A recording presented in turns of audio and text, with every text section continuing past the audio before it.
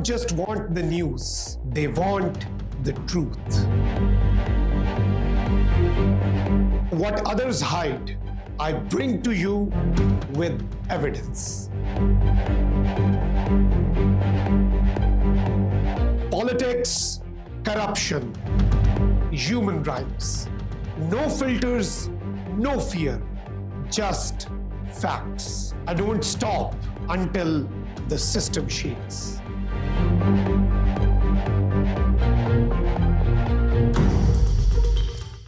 This is Trending Daily and I'm Makhdoom Shahabuddin. Tonight we are looking at two escalating crises that are reshaping the geopolitical landscape of our region and beyond. One is unfolding in Iran, where unprecedented internal stability has collided with major external military escalation. The other is on Pakistan's western frontier, where years of strategic patience have finally given way to decisive military action under Operation Ghazab-lil-Haq. Let us begin with Iran. As of March 2, 2026, Iran is facing what many analysts are calling the most dangerous moment in its modern history. Reports indicate that major coordinated military strikes were carried out by the United States and Israel on several Iranian military and strategic sites across the country, including areas around Tehran and other provinces. In a development that has stunned the region, it is being widely reported that Supreme Leader Ayatollah Ali Khamenei was killed on February 20th. In a development that has stunned the region, it is now confirmed that Supreme Leader Ayatollah Ali Khamenei was killed on February 28th as a result of these escalations. This represents a decapitation of Iran's traditional command structure.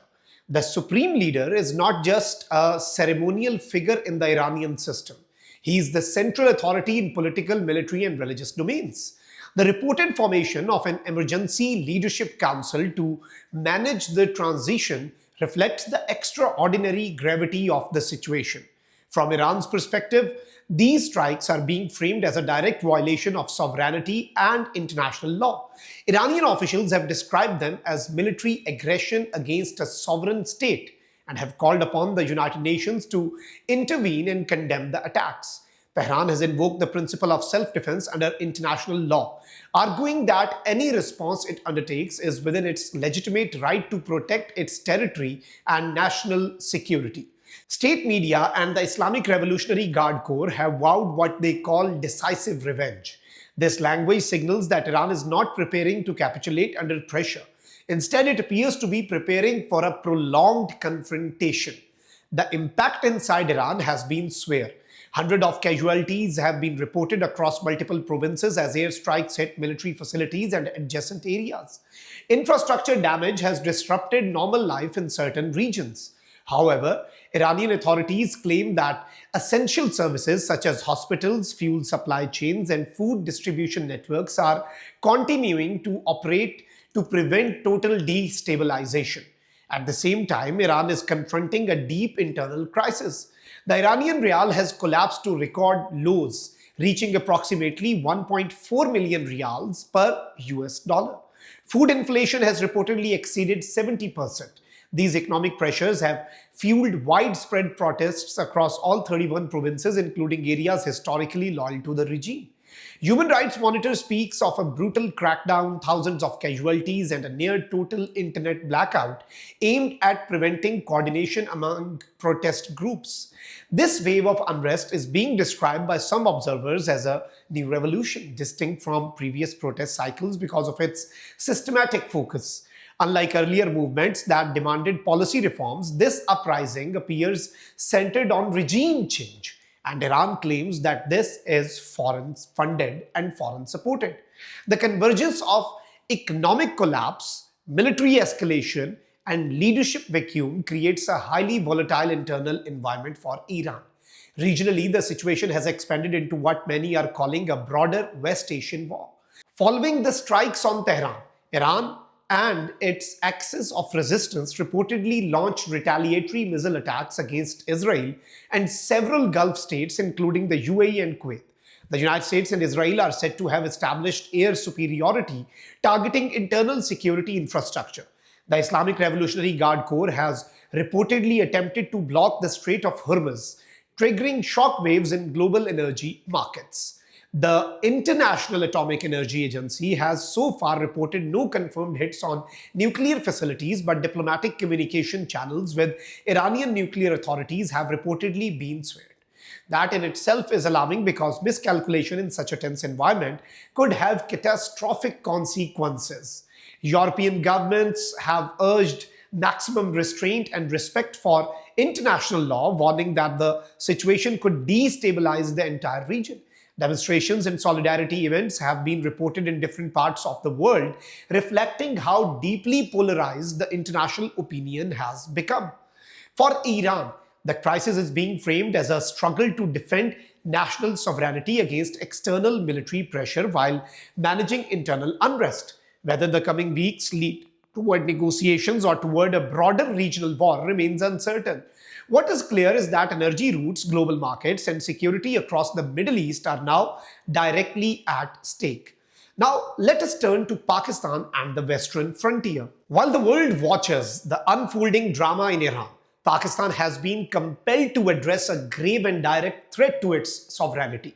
As of March 2nd, 2026, relations between Pakistan and Afghanistan have transitioned from years of border friction into what can only be described as an open war.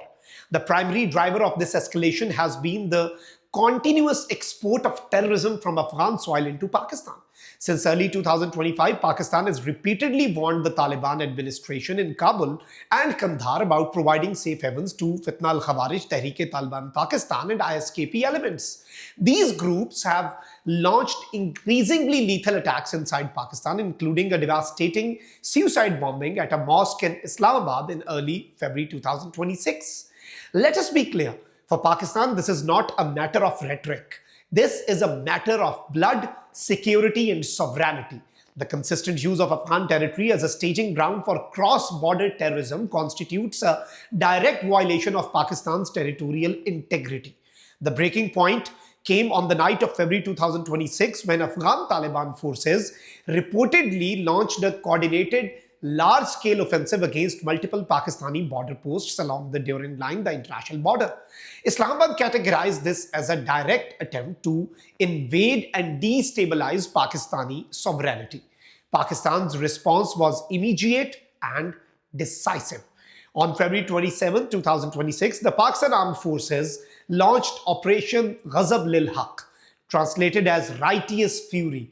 This operation was designed to be high impact and sharply retaliatory. It marked a shift from reactive border skirmishes to strategic strikes aimed at neutralizing the infrastructure supporting cross-border attacks and cross-border terrorism. The Pakistan Air Force and ground units targeted key military and command centers deep inside Afghanistan, including the 313 Brigade headquarters, the 201 KBW Brigade headquarters, and command and control hubs in Kabul and Kandahar.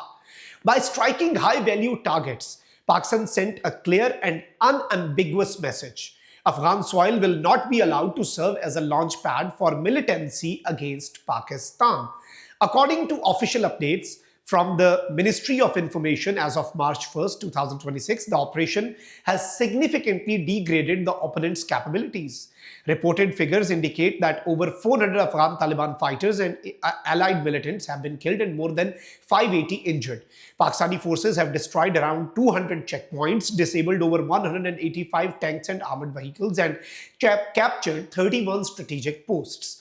Military analysts have described this campaign as both symbolic and degrading for the aggressor, restoring deterrence along the western frontier. Taliban attempts at retaliatory drone and artillery strikes have reportedly been intercepted by Pakistan's integrated air defense systems over border cities. The leadership in Islamabad has maintained a firm and principled stance. There will be no negotiations until Afghan soil is demonstratively cleared of anti-Pakistan militant infrastructure. This is not escalation for the sake of escalation. This is a legitimate exercise of the right to self-defense under international law. Pakistan has repeatedly emphasized that it desires peace and regional stability. However, peace cannot exist where terrorism is exported with impunity. Sovereignty is non-negotiable. National security is non-negotiable. International actors, including China and Saudi Arabia, have called for de-escalation. Pakistan has welcomed the diplomatic engagement, but has underscored that its actions are rooted in national survival. The state has shifted from strategic patience to active military coercion because the cost of inaction had become too high. Operation Ghazab-lil-Haq has been characterized as a masterclass in strategic precision and tactical wisdom. By neutralizing terror hubs and command centers, dismantling logistical networks, and pushing back aggressors near North Waziristan, Pakistan has restored a critical level of deterrence. The message is clear. Pakistan will not allow its territory, its citizens, or its institutions to be targeted by externally supported militancy. The international community now watches as Islamabad maintains its firm stance. Dialogue is possible only when cross-border terrorism ends in practice, not just in statements. As we analyze both threats, Iran and Afghanistan, one lesson stands out. The region is undergoing a period of intense transformation. Power vacuums, economic crises, and proxy conflicts are converging in dangerous ways. In such an environment, states that fail to assert sovereignty risk internal collapse and external manipulation. Pakistan's position is principled. We stand against terrorism in all its forms. We support stability, sovereignty, and respect for international law. At the same time, we recognize that national security requires strength, clarity, and decisive action when red lines are crossed. The coming weeks will be critical for the entire region. In Iran, the question is whether internal instability and external confrontation will spiral into a broader war. In Afghanistan, the question is whether the Talibani regime will choose confrontation or compliance with basic principles of neighborly conduct. For Pakistan, the path is clear. Sovereignty will be defended, terror networks will be dismantled, and deterrence will be maintained. You were watching Trending Daily. This is your host, Makhdoom Shahabuddin. See you in the next episode.